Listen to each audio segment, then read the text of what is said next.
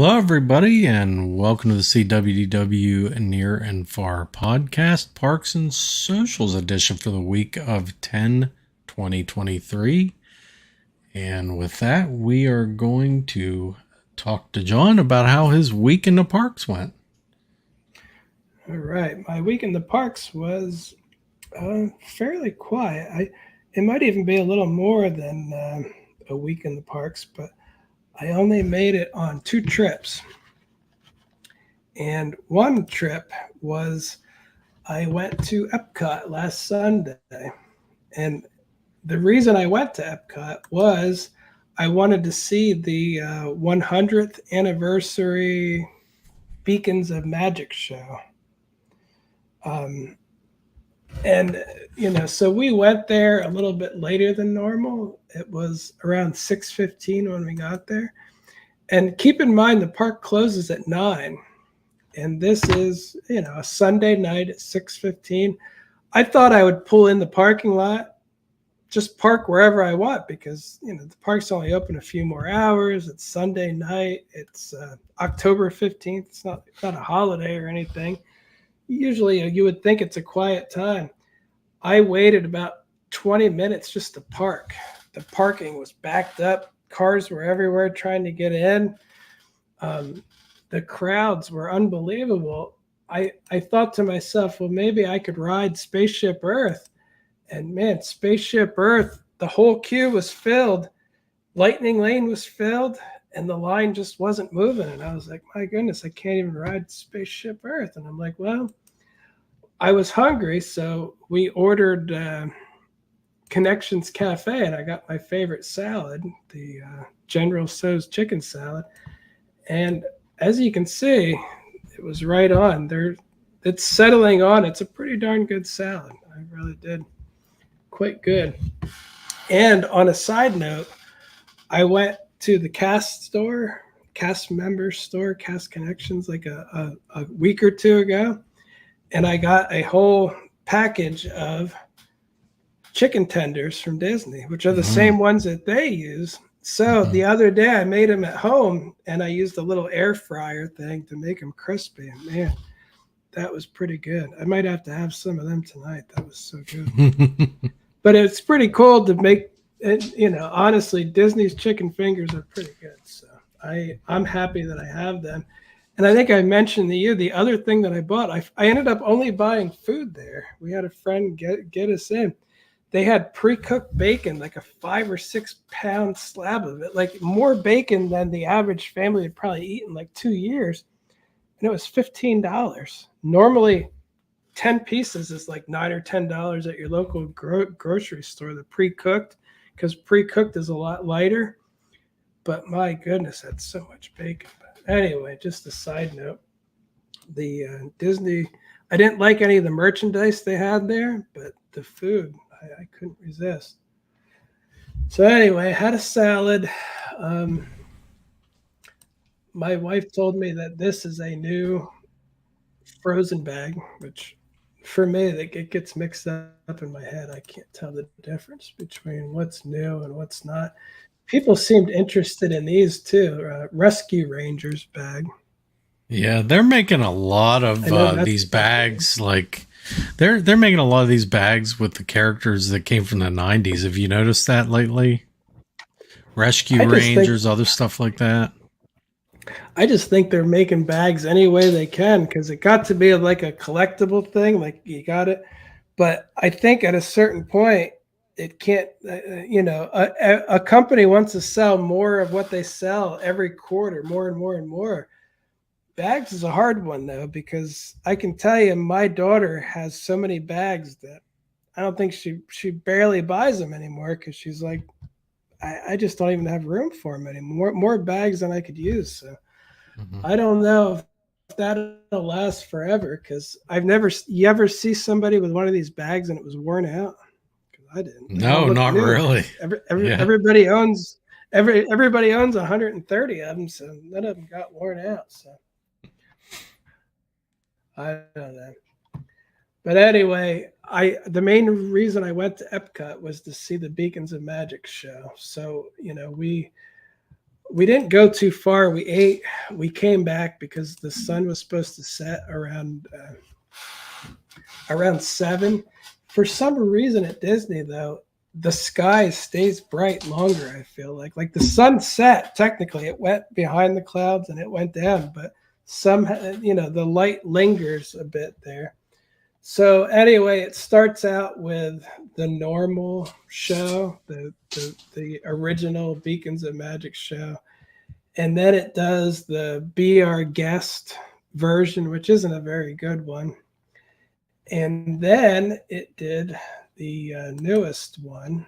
I don't think this is it. And you wouldn't be able to hear it anyway, even if it was. But I just wanted to say, yeah, this is it. You can see here it makes the Mickey shape on the castle, and it does some nostalgic music. This is the Disney 100 version of it. So it's a nice show, and it's been out since October 1st. So it took me a full 15 days to get it. So I'm not the first, but that's all right. So that's what I came there for, basically. And again, it's a nice show. I like the end here where you can see there is a lot of color going on. I like when they use the colors a lot. And I tried to get it through the fountain and the statue in the fountain too, just to get a little added effects and color there. So I thought it was a cool angle to try to get it from. And this I did too with my iPhone 15. I got a new iPhone too. So I got that. Took a few pictures with my camera just to see what it looks like. And before I left, I actually did I recorded the standard one too, because I actually had 2 new cameras. I had my iPhone 15 Pro, and I also have my DJI Osmo 4, which I never recorded any of these with. This is the DJI Osmo 4. It captures the colors really nice for an action camera. So I made sure to get this. I just walked around a little while I was recording it, but I have to say I still love this light show. I find it sad that almost nobody even looks at it. Like just crowds of people walking out. They don't care. There's a musical and light show going on Spaceship Earth, and yeah, people don't care, but. I don't know. If you look at your video, I mean, there's people recording it, taking pictures and things like that, and other people looking up at it. So I think it does get it has its fans, and I hope they keep it, because to me, it's better than anything they've done lately on that waterway in the back. Oh yeah, I can't tell you. I have watched the shows on this so many times since it started, since the 50th, and you were there that day, that first day. I saw Harmonious like 1.5 times. This stuff I've seen like 100 times, and it doesn't get old. Harmonious, I was like, well, I could listen to it as I walk away. That's good enough. So yeah, this I really do like. And so, I went there and recorded a few versions of it, and this is what it looked like with my phone versus the other one was the DJI, but it looks pretty good with the phone too. It's capturing the colors pretty nice.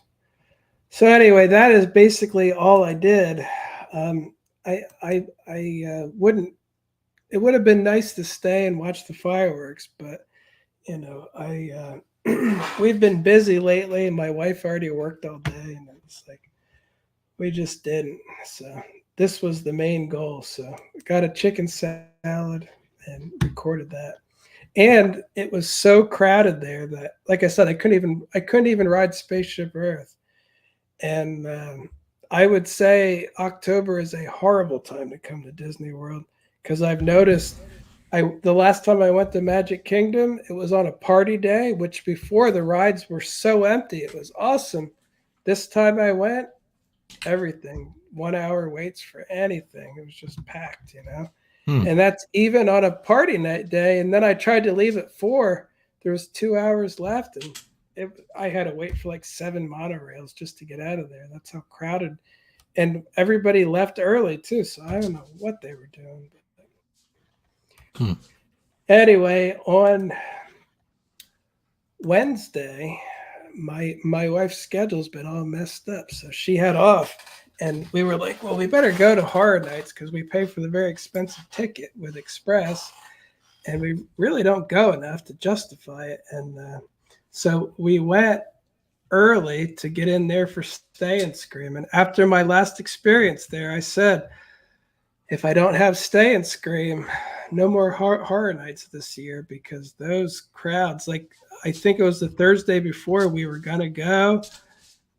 It would have been a little bit later, and I saw the crowd to get in. The line went all the way to the NBC Grill or whatever it is. The whole thing was just filled with people, and I'm like, the amount of time that it would take to get through the parking gate and get through security and get through the front. That's about how long I usually stay. So it's like it's not good for me. So anyway, we got there early, as is the new custom, 4:43. And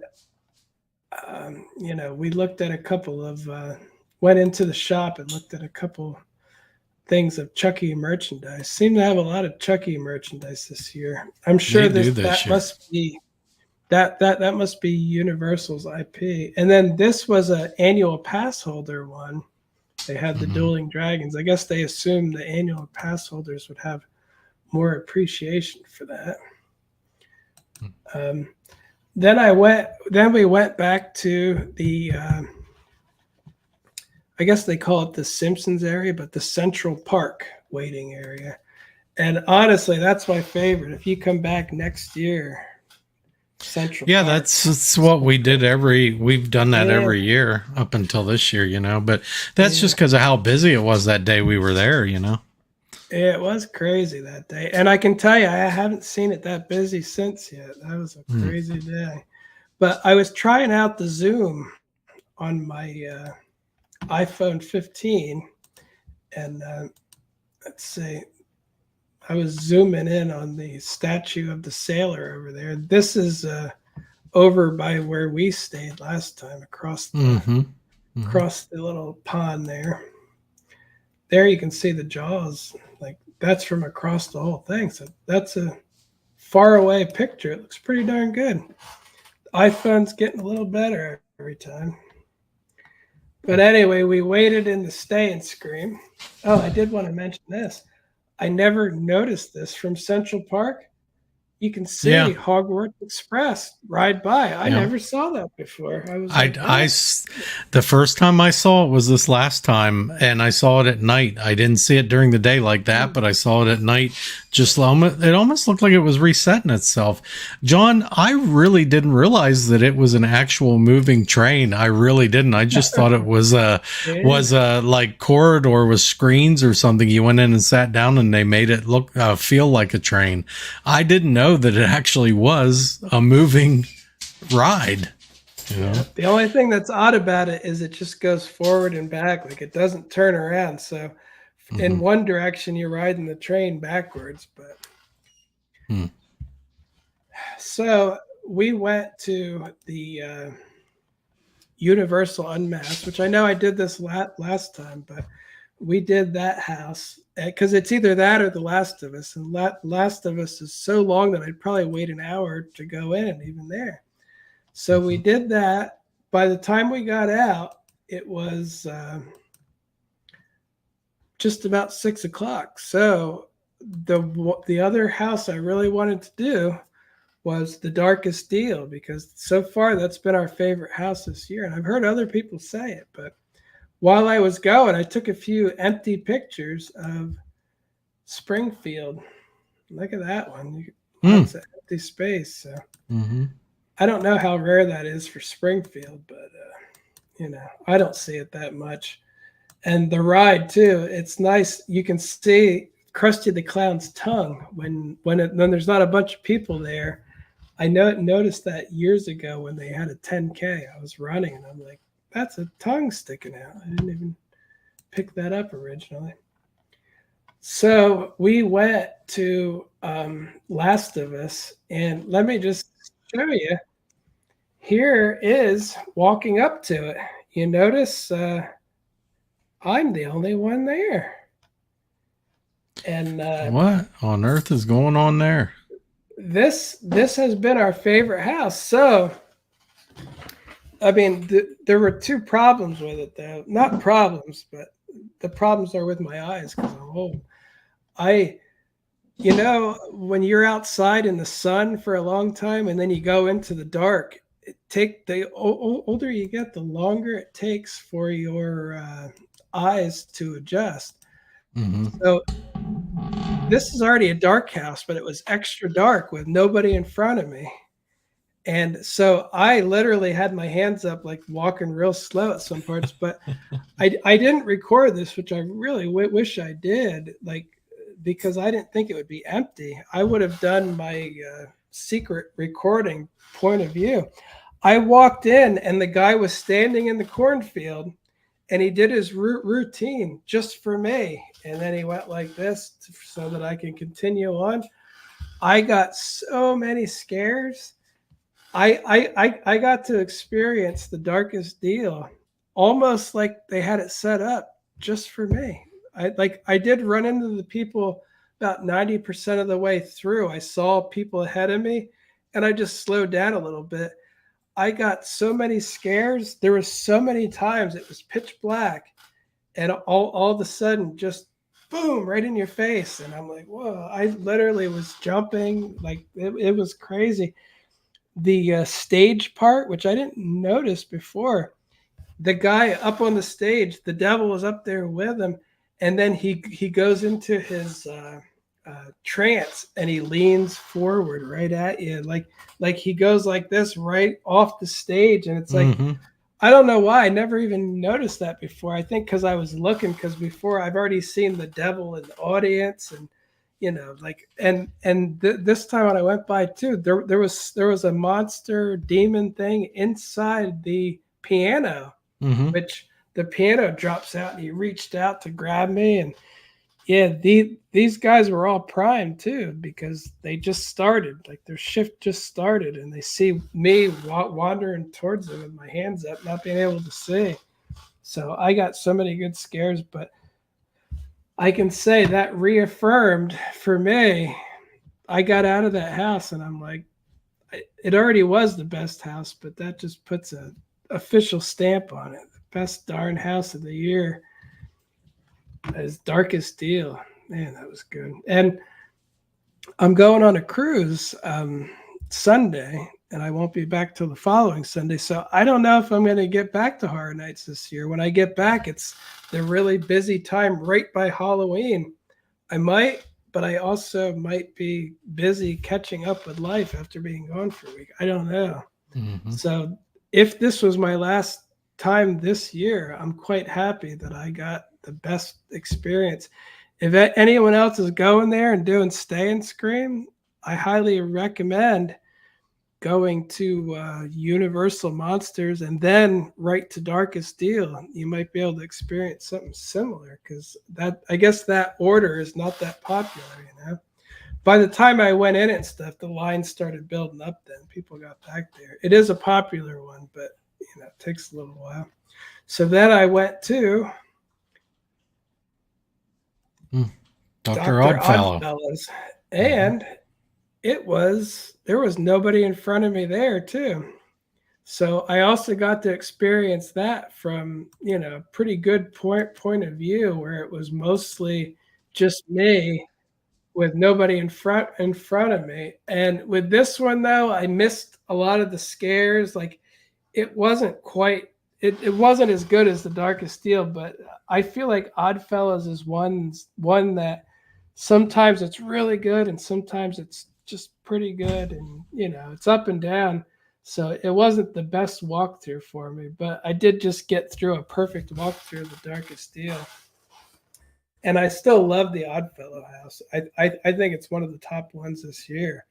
It may not be not number one, but it would be a close number two if not. So let's see. Then from there, we decided to go to Diagon Alley. And the reason I went to Diagon Alley is I have not seen the Death Eaters that much. So, this is my not final attempt, but because I might go again, but I'm like, I got to at least try to see them. And I mean, they were out and about doing their little things. It really wasn't anything too spectacular. My wife got a vegan butterbeer from, I don't know which one this is called. It's not Three Broomsticks. It's the other one. I don't remember what it's called. But anyway, in order to get a vegan butterbeer, she had to go in, get in line, get a table, scan the table, order it through the phone, and then they will bring it to her. That's the only way she could get a vegan butterbeer. And I just like to warn everyone, they have vegan butterbeer and it's good, but my goodness, they make you work for it. It's very difficult to just get. And, when we go, we're usually there for small amounts of time. So I'm like, if you want a vegan butterbeer, it's a big time commitment because they're going to make you do some stuff to get it. They're not just going to hand it to you. So, which is ridiculous, but yeah. And this is, after we went through it, you kind of loop around and walk past it again. It was filling up, the darkest deal, but I'm glad it does though. So I even walked through Diagon Alley a little bit, and I mean, I did see one of the guys in there, but you know what's funny? I've never had one interact with me. They always look at me and walk away. Like, I see all these videos of interaction and play, and for the most part, when I see them, they turn around and walk the other way quickly. And I'm like, again, probably just a coincidence, or maybe I just don't look very friendly. I'm not. Well, either that or it's all stock footage on those other videos from media night, where they were trying to do the media thing. It's true.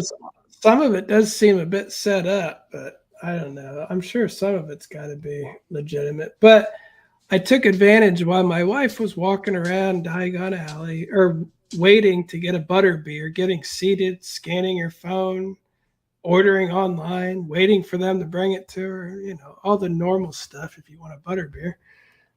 I was walking around Diagon Alley, and I liked it because, I guess it was early enough in the day that it wasn't busy.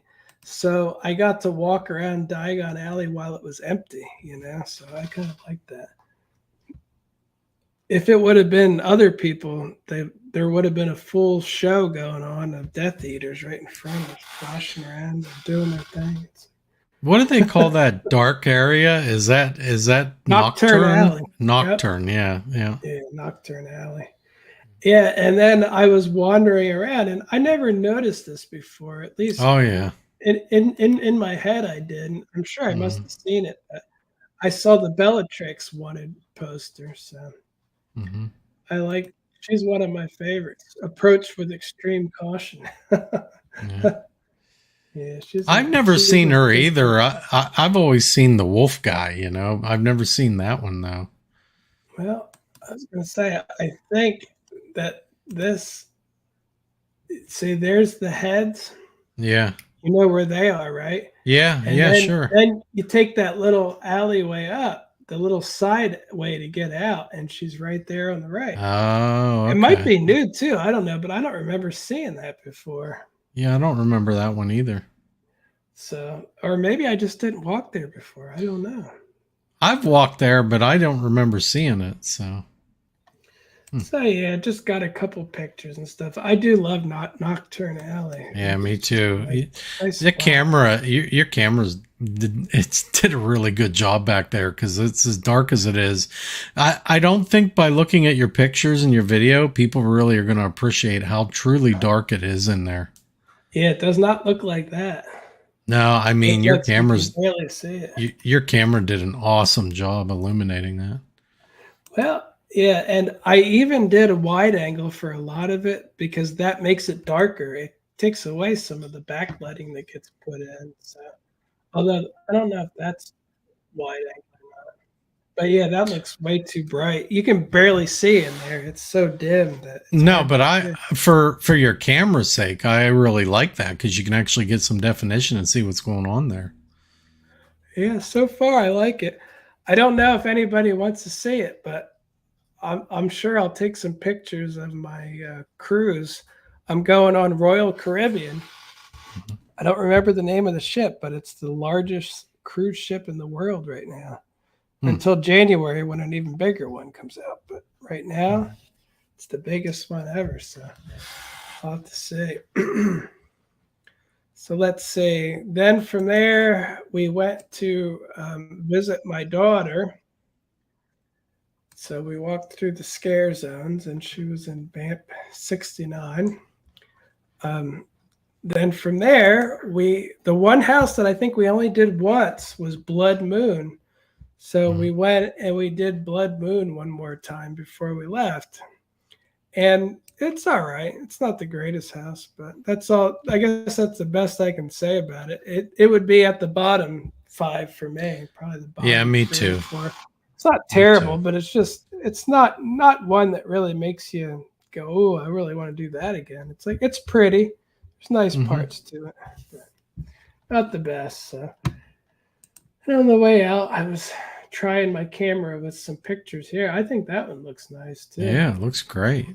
I don't know why pictures like this never do well though. Like when I do like a beautiful sunset with a thing, it's like I don't understand if it's people or just the algorithm doesn't have an appreciation for sunsets. I don't think. I don't know. But anyway, that is about it for my trips to the park. And like I said, I'm glad I went because if that was my last visit for this season, I had a perfect darkest deal, which man, that was good. I still wish I would have recorded it. I would have had the perfect thing walking up to that guy with the whole spiel. But that's all right. Well, you got 4 houses in. I mean, that's pretty impressive for a short night like that. Oh yeah, let's see for how long. 4 houses and 7:14. I was on my way out.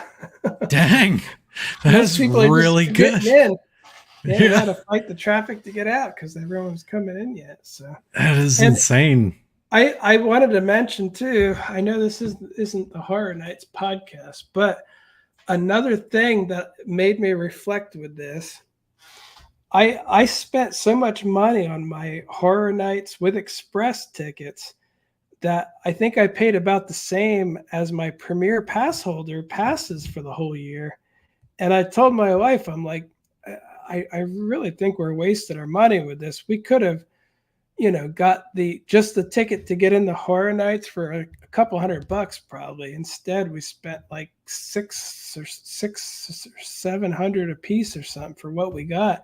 And again, it's worth it, but we go occasionally, and now we only go for Stay and Scream. And I'm like, with Stay and Scream, I could do at least 3 houses easily and still leave early and not pay anything extra. Or if just once or twice I paid for the Express individually, like say one night I used it, it still saves so much money. Like I'd probably be saving like $800-900. It's like I might be wasting my money on this because the ticket I get is meant for somebody who goes there several times a week and just does all the houses. And there are people that do that, and I applaud them, but I'm getting too old. So I'm just like, 7 o'clock, I need to get home. It's like, so I don't think the ticket is meant for me. Stay and Scream is meant for me. So I think I might change it up next year and just do Stay and Screams, just I'll be exclusively staying Scream because every bad experience I had this year was getting caught with everyone else getting in these bottlenecks everywhere trying to get in. So, and when I do stay and Scream, everything's great. It's so much less stressful. And, you know, like when you went, you just leisurely walk, go through the house, and then go to an empty house next. It's like you're already in the back. You're not fighting everybody. It's just nice. So Yeah. I need to remember that. I seem to forget things by the next year. And so,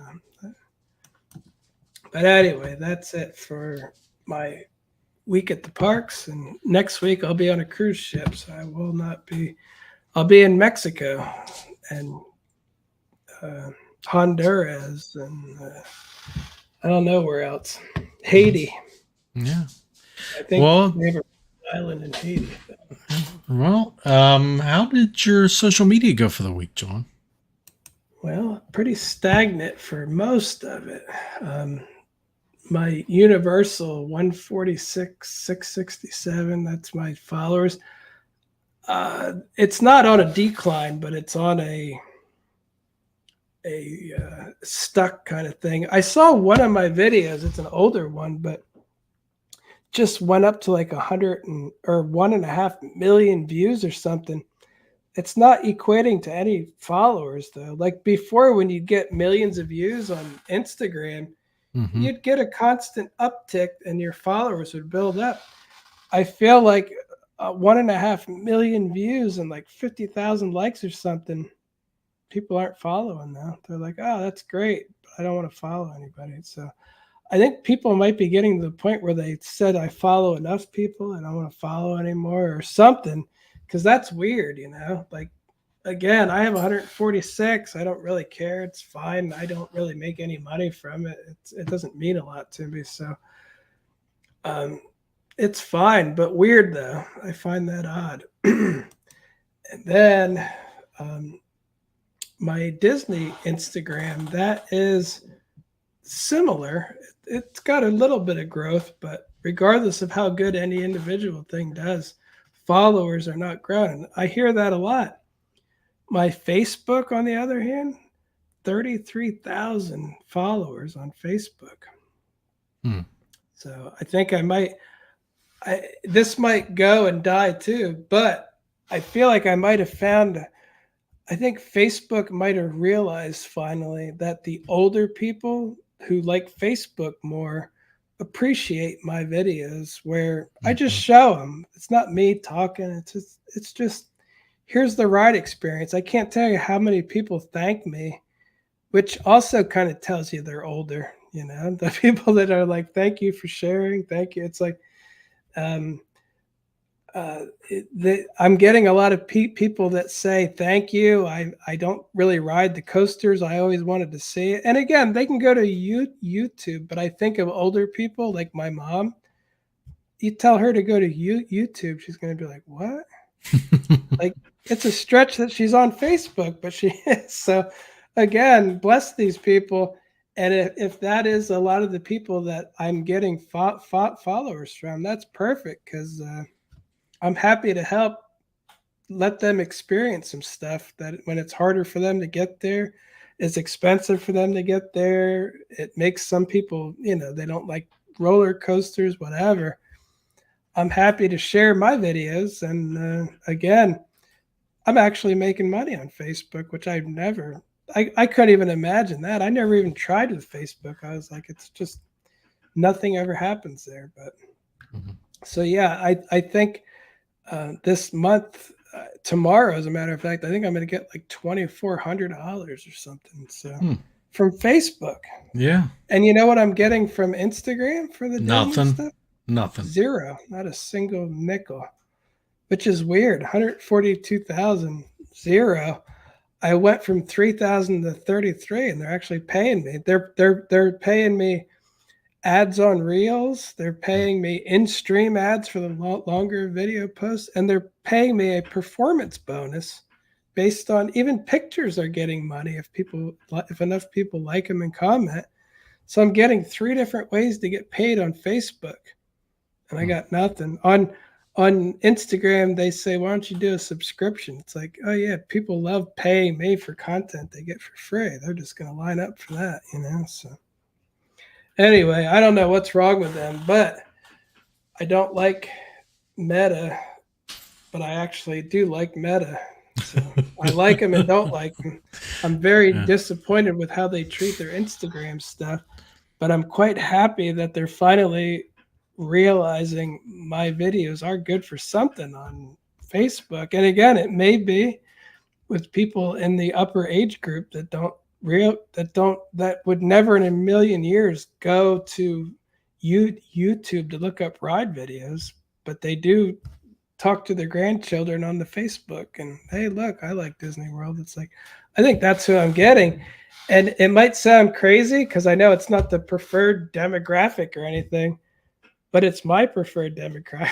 I like older people, like if I were hanging out with people, older people are, I always felt like that. Even when I was young, I really enjoyed hanging out with older people. So my kind of people. Now, in contrast, we got TikTok where they can't even type in legible sentences. Sometimes I'm like, I wonder what language that is. It's like, oh, it's English. They just can't type like a person who knows English. It's like, I don't know. But anyway, I'm up to 214,000 followers on TikTok. Everything I do is not doing well though. Like not terrible, but there is absolutely for a while there, I post something, I'd get millions. I post something else, millions. I post something, 500,000. Now some of them can't even get 10,000. And again, everything has its ups and downs with this. I actually heard they've been pushing their TikTok product stuff. And so everything else fell off a cliff. And so again, I'm glad that I have Facebook and Instagram and TikTok, because as TikTok drops, Facebook stepped up. When Facebook eventually goes down, and I'm sure it will, maybe then they'll be like, we're going to give you an incentive on Instagram again. And you know what I mean? There are months where I make nothing. Like earlier this year, there were some months where don't make any money and there's no indication I'm going to. And then the TikTok thing popped, So again, and now TikTok's fading and then Facebook pops. So again, Facebook will fade, I'm sure, eventually, but unless I feel like they're using Facebook video for something as their competition for YouTube a little bit, because they try to get you to watch stuff, and sometimes it works, one video to the next. And if they start making that very well searchable, my videos could be popular and they could exist. My hope is that they would exist like they do on YouTube. No matter how old my video is, it comes up in search, and it'll keep making money forever. That's a fingers crossed thing. Knowing Meta next week, they'll change what's important to the algorithm, and all of a sudden my account will be garbage. It won't reach anybody, and it was a good run. That's what they do on Instagram. They're like, you're the greatest, and then nobody needs to see your stuff. So that's what happened. My Universal account's been like that for a long time. It's not the worst, but it just it skyrocketed and kind of stalled out. But yeah, it did have a meteoric rise there for a little while, and then then it just kind of plateaued. As you can see, it stopped, and then I was 10,000 over my Disney one. Now I'm at 142 versus 146, like 4,000. So the gap is getting smaller. So again, it's all time. We'll see. I'm still convinced as much as I'd love to get rid of one of them, and it probably would be the Universal because it's not as active for me, meaning I only have one thing with that, where I have the the SeeWDW, I have YouTube and TikTok and all the stuff, so it's like bigger. But Epic is coming, and I might get big. I might. I'm not gonna. I still won't be the first because I'm not gonna get invited to anything. But that doesn't really matter to my viewers because they're not subscribed to people that are like, "There's a brand new pretzel today at Universal." They don't want to hear that. So I might still do pretty darn well. Yeah. All right, John. Well, where can they find you online? You can find me at SeeWDW on Instagram and Facebook and TikTok and YouTube, and See.UO on Instagram and Facebook. All right, and you can find me at The Giant Rat, THEE Giant Rat, on all the socials. And that should do it for this week. We will see you on the next one.